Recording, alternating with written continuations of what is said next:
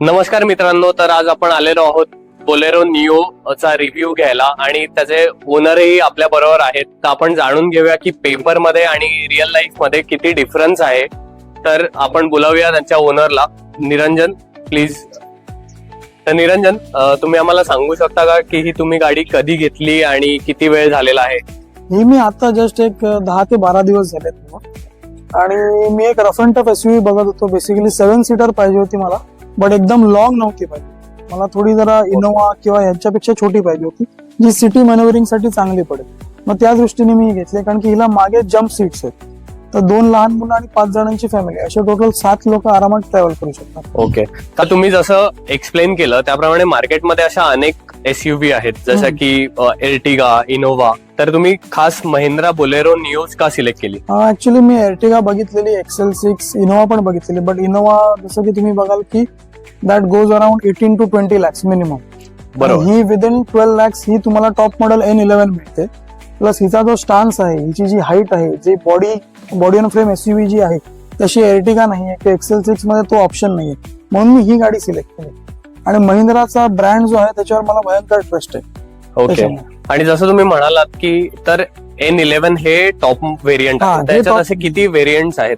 हे total 4 variant आहेत, N8, N10, N10R आणि N11. तर N11 हे आता गेले 4 ते 6 महिन्यामध्ये लॉन्च झालेलं आहे. ज्याच्यामध्ये वेगळं असं कंपनीने काय दिलंय की लेदर अपहोल्स्ट्री आहे, सगळे लेदर सीट्स आहेत. प्लस हिचे टायर 16 इंचाचे मिळतात, जे बाकी मॉडेल्सना 15 इंचाचे आहेत. प्लस हिला ब्लॅकआउट टायर्स दिलेले आहेत. ओके. तसं आहे. आणि हा कलर जो आहे jeans blue plus dual tone, हा फक्त N11 ला येतो, ड्युएल टोन. ओके. त्यामुळे मग this was one of the reason I selected N11. Niranjan, मला तुम्ही सांगा, आता तुम्ही 12 दिवस झालेले आहेत गाडी घेऊन, आणि तुमचा ओव्हरऑल आतापर्यंतचा ड्रायव्हिंग एक्सपिरियन्स कसा आहे गाडी बरोबर? माझा खूप चांगला आहे. इनफॅक्ट सिटीमध्ये ही हँडल करायला खूप चांगली गाडी आहे. स्पेशियस आहे, आतमधून मोठी आहे, पण ती चालवायला तसा प्रॉब्लेम येत नाही. म्हणजे मोठी असून सुद्धा ती एवढी मोठी वाटत नाही की तुम्हाला गल्ली बोळातून किंवा असं खाचकळ्यातून प्रॉब्लेम येईल चालवायला. त्याच्यामुळे सिटीमध्ये मॅन्युव्हर करायला चांगली आहे. 2 मोड्स आहेत त्याच्यामध्ये, एक म्हणजे इको मोड आहे आणि एक नॉर्मल जो टर्बो डिझेल मोड आहे. तो सिटीमध्ये इको मोड मध्ये मी चालवतो, आणि हायवेला आपण गेलो की इको मोड बंद केला की खूप चांगली पॉवर येते गाडीला. ओके. तर त्याचप्रमाणे मग आता याचं मायलेज कसं आहे? आता 12 दिवसात आपल्याला खूप काही कळणार नाही, पण तरी त्यातून तुम्हाला किती एक्सपिरियन्स? तसं मला तिच्या गाडीच्या क्लस्टर मध्ये दाखवते ते 10 ते 11च्या आसपास सिटीमध्ये मला दाखवतं. ओके. तर आणि इको मोड मध्ये आणि टर्बो मोड मध्ये विशेष फरक नाही, एक 1 किलोमीटरचा फरक असेल, 1 किलोमीटरनी कमी होत असेल टर्बो मोड मध्ये. बट 10 ते 12 मला सिटीमध्ये दाखवतं, आणि हायवेवर ते 18 पर्यंत पण मला गाडी देते. अच्छा. तर खूप चांगला मायलेज आहे, जसं निरंजनने आपल्याला सांगितलंय. याचप्रमाणे आता याचं सस्पेन्शन आणि कम्फर्ट याबद्दल तुम्ही काय सांगू शकता? याचं सस्पेन्शन खूप चांगलं आहे. आता महिंद्राने याच्यामध्ये ना एक वेगळ्या प्रकारची सस्पेन्शन डॅम्पिंग टाकलेलं आहे. त्याच्यामुळे आधीपेक्षा जास्त इम्प्रूव्ह झालंय बोलेरो निओचं जे सस्पेन्शन आहे ते. आणि सस्पेन्शन खूप चांगलं. मी तेवढं अजूनपर्यंत माझा यूज नाही झाला, पण मी अजूनपर्यंत जेवढा बॅड पॅचेस मधून गेलेलो आहे, बॅड रोड्स मधून गेलेलो आहे, तर सस्पेन्शनने खूप चांगलं साथ दिली आहे, आणि गाडी खूप स्टेबल वाटते बॅड रोड मध्ये पण. ओके. निरंजन, तुम्ही आता प्रेक्षकांना या गाडीबद्दल काही प्रोज आणि कॉन्स तुम्हाला जे आढळलेत ते सांगू शकता का? प्रोज म्हणजे असं आहे की हिची स्टर्डी लुक आहे. ज्या प्राइसिंग मध्ये ही एसयूव्ही मिळते त्या प्राइसिंग मध्ये मार्केटमध्ये मला तर अशी स्टर्डी लुक वाली किंवा अशी हायटेड प्लस 7 सीटर एसयूव्ही मला कुठलीच नाही मिळाली. बाकी जेवढ्या एसयूव्हीज आहेत ज्यांना 3rd रो आहे, त्यांना बेसिकली काय करावं लागतं, मिडल सीट खाली पाडावी लागतं आणि मग 3rd रोला ऍक्सेस करावं लागतं. हिला जम्प सीट असल्यामुळे ते एक चांगलं, तुम्ही डायरेक्ट डिकीचा दरवाजा उघडून त्याच्यामध्ये बसू शकता. प्लस हिला ग्राउंड क्लिअरन्स पण चांगला आहे. ऑफरोडिंग साठी पण ही गाडी मला खूप चांगली वाटली.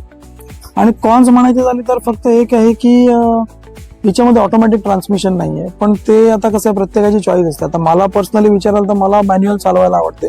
आता ज्यांना ऑटोमॅटिकची सवय असते मग त्यांना इकडे तो एक कॉम्प्रोमाइज करावा लागतो. बाकी तर मला असे काही विशेष कॉन्स नाही वाटते, सगळं ओव्हरऑल चांगली आहे.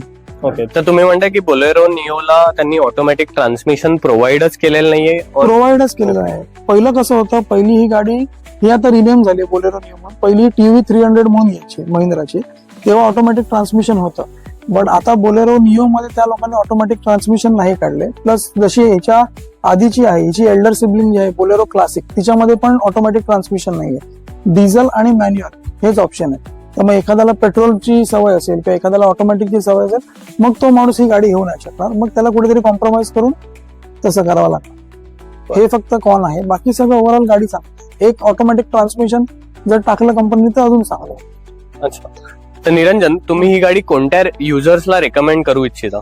आता कसं आहे की ज्यांना फॅमिली यूज आहे, की जे 5 लोक 6 लोक एकत्र, 5 आणि 6 लोकांना एकत्र कम्फर्टेबली जायचं असतं, ज्यांना गावी जायचंय, हायवे यूज आहे, ते पण वापरू शकतात.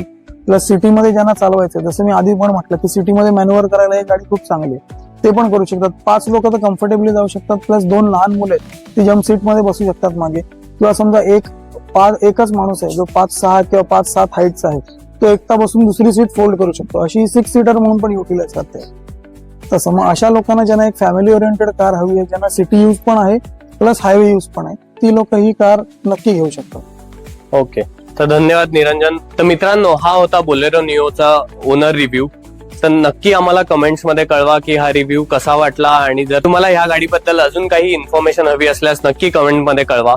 आणि असेच व्हिडिओ बघत राहण्यासाठी ऑटो ट्रिओ क्लबला सबस्क्राईब करा आणि इन्स्टावर पण फॉलो करायला विसरू नका. भेटूया पुढच्या व्हिडिओमध्ये. बघत राहा ऑटो ट्रिओ क्लब.